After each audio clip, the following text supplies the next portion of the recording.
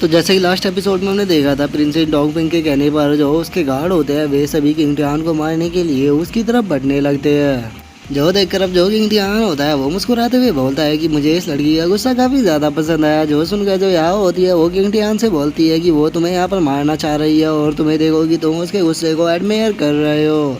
जो सुनकर जो किंग टियान होता है वो यहाँ से बोलता है कि मैं जानता हूँ कि जो प्रिंसेस है वो काफ़ी ज़्यादा एरोगेंट और गुस्से वाली है, तो इसीलिए इसके साथ खेलने में मुझे और भी ज़्यादा मज़ा आएगा। और इतना बोलकर अब जो किंग टियान होता है वो बताने लगता है कि वो प्रिंसेस डोंगपिंग को किस तरह से तंग करेगा। और हम देखते हैं कि उसने प्रिंसेस डोंगपिंग को उल्टा लेटा रखा होता है और वो उसकी बैक को पीट रहा होता है।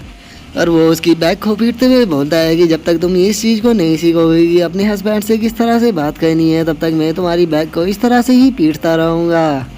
और किंग टियान की अब इस बात को सुनकर जो प्रिंसेस डोंगपिंग होती है उसे भी बहुत ही ज़्यादा गुस्सा आने लगता है और वो गुस्से में आग बबूला होते हुए अपने गार्ड से बोलती है कि जाओ जाकर इसे ख़त्म कर दो। जो सुनकर अब जो उसके गार्ड होते हैं वे भी घबराते हुए किंग टियान को मारने के लिए चलने लगते हैं। और वे किंग टियान के ऊपर अटैक करते हुए बोलते हैं कि इसने यहाँ पर प्रिंसेस की इंसल्ट की है, तो इसे यहाँ पर मार डालो। जो देखकर अब जो यहाँ होती है वो काफ़ी ज़्यादा घबरा जाती है और वो घबराते हुए बोलती है कि यंग मास्टर संभल के।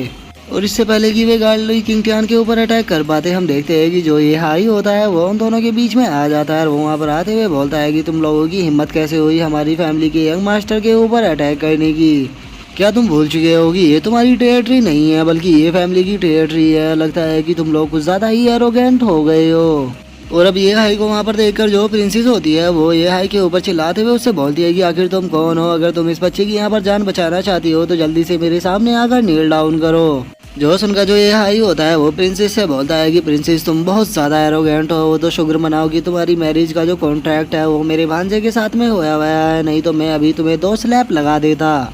जो सुनकर अब जो प्रिंसेस डोंगपिंग होती है वो अंकल डोंगफैंग की तरफ देखते हुए उसे बोलती है कि अंकल डोंगफैंग जब हम कैपिटल के अंदर वापस लौटेंगे तो मैं अपने फादर से बोलकर यहाँ पर उनकी ट्रॉप को भेजूंगी ताकि जो ये फैमिली है ये यहाँ से ख़त्म हो जाए। और उसके इतना बोलते के साथ ही हम देखते हैं कि जो डोंगफैंग होता है वो बाहर निकल कर आने लगता है और वो बाहर आते हुए ये हाई से बोलता है कि ब्रदर ये हाई जो प्रिंसेस है वो अभी काफ़ी ज़्यादा यंग है, तो इसीलिए मैं उम्मीद करता हूँ कि जो ब्रदर ये हाई है वो उसके शब्दों का बुरा नहीं मानेंगे। जो सुनकर जो ये हाई होता है वो डोंगफैंग से बोलता है कि नहीं, मुझे इसकी बात का बिल्कुल भी बुरा नहीं लगा क्योंकि वैसे भी ये हमारी फैमिली की होने वाली डॉटर इन लॉ है। जो सुनकर जो प्रिंसेस डोंगपिंग होती है वो गुस्से में चिल्लाते हुए बोलती है कि किसने कहा कि मैं तुम्हारे उस क्रिपल ट्रैश से शादी करने वाली हूँ, मैं उस क्रिपल ट्रैश से कभी भी शादी नहीं करने वाली। जो सुनते के साथ ही अब जो ये हाई होता है उसे बहुत ही ज़्यादा गुस्सा आ जाता है और वो गुस्से में प्रिंसेस डोंगपिंग से बोलता है कि प्रिंसेस डोंगपिंग मैं तुम्हें एक चीज़ क्लियर कर देना चाहता हूँ कि अगर अब के तुमने मेरे भतीजे को क्रिपल ट्रैश बोला तो मैं तुम्हें माफ़ नहीं करूँगा। जो सुनकर जो प्रिंसेस डोंगपिंग होती है वो गुस्से में cripple trash cripple trash cripple trash चिल्लाना शुरू कर देती है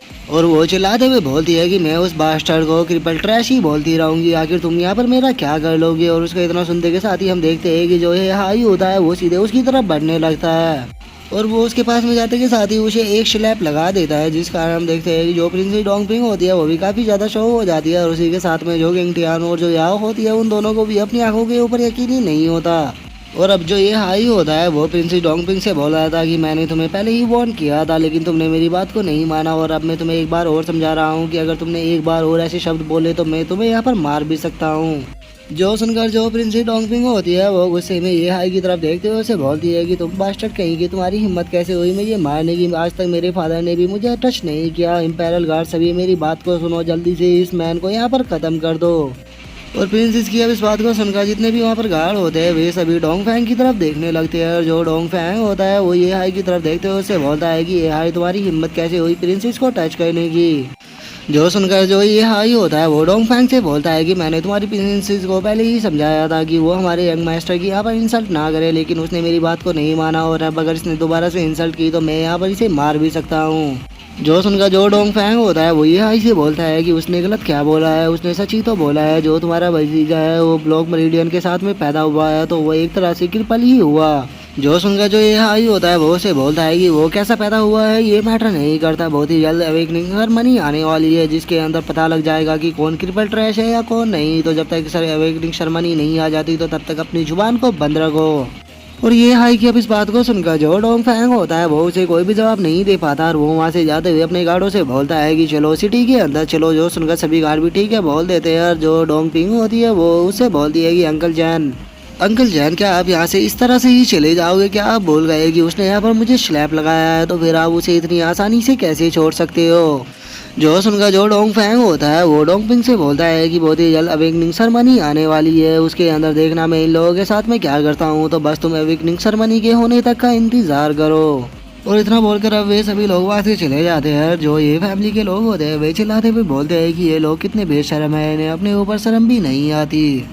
और उनके वहाँ से चले जाने के बाद जो किंग टियान होता है वो अपने मन में सोचता है कि मानना पड़ेगा, जो मेरी ये लिटिल वाइफ है ये गुस्से के साथ में काफ़ी खूबसूरत भी है। इनमें से अगर डोंग पिंग की बात की जाए तो उसे बस थोड़ी सी ट्रेनिंग की ज़रूरत है, ट्रेनिंग के बाद वो एक परफेक्ट वोमेन बन जाएगी। और वहीं अगर वूकियान की बात की जाए तो वो काफ़ी ज़्यादा कोल्ड पर्सनैलिटी की है, लेकिन वो मुझे काफ़ी पसंद आई है क्योंकि जो उसका फिगर है वो काफ़ी ज़्यादा हॉट है। और अब अगर आखिरी में याओडिंग और लियाओ की बात की जाए तो जो याओडिंग है वो काफ़ी ज़्यादा अच्छे नेचर की है, और उसी के साथ जो लियाओ है वो काफ़ी शांत नेचर की है, लेकिन जो लियाओ है उसकी जो बैक है वो काफ़ी ज़्यादा हॉट है। लगता है कि मैं अपनी इस लाइफ में बहुत ही ज़्यादा इंजॉय करने वाला हूँ। जिसके बाद अब हमारा जो व्यू होता है वो डोंग फैंग के ऊपर आ जाता है, जिससे कि बहुत ही ज़्यादा गुस्सा आ रहा होता है, और वो गुस्से में बोलता है कि ये फैमिली बहुत ही ज़्यादा एरोगेंट होती जा रही है क्योंकि उसने आज प्रिंसेस के ऊपर भी हाथ उठाने की कोशिश की। मेरा तो मन था कि मैं वहीं पर ही ये फैमिली को ख़त्म कर दूँ, लेकिन बस मैंने इसलिए कुछ नहीं किया क्योंकि मैं देखना चाहता हूँ कि आखिर वो लिटिल बास्टर्ड कैसी बुलशिट मार्शल आर्ट को अवेकन करता है। जो सुनकर जो लीडाओ होता है वो डोंग फैंग से बोलता है कि डोंग फैंग, क्या तुम्हें लगता है कि वो मार्शल आर्ट को अवेकन कर पाएगा? क्योंकि उसके जो मेरिडियन और देंथियान है वही पूरी तरह से ब्लॉक है, और प्लेग देंथियान और मेरिडियन में अवेकनिंग होना पूरी तरह से इम्पॉसिबल है।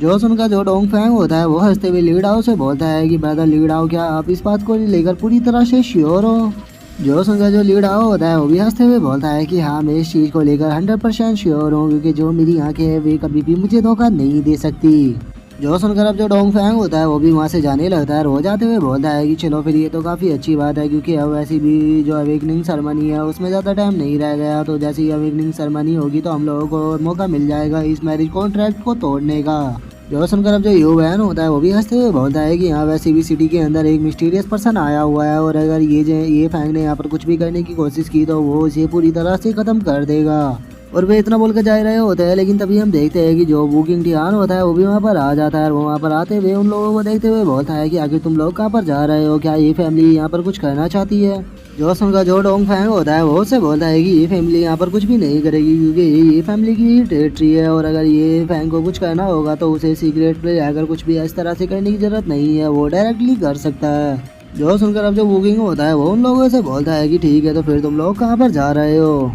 और अब वो के इतना बोलते के साथ ही जो हमारा आज का एपिसोड है वो यहीं पे कंप्लीट हो जाता है। तो अब नेक्स्ट एपिसोड में देखें कि आगे क्या होता है। अगर आप लोगों को वीडियो अच्छी लगी हो तो लाइक करना, चैनल को सब्सक्राइब करना। मैं मिलता हूँ नेक्स्ट एपिसोड में, तब तक के लिए बाय बाय गाइस।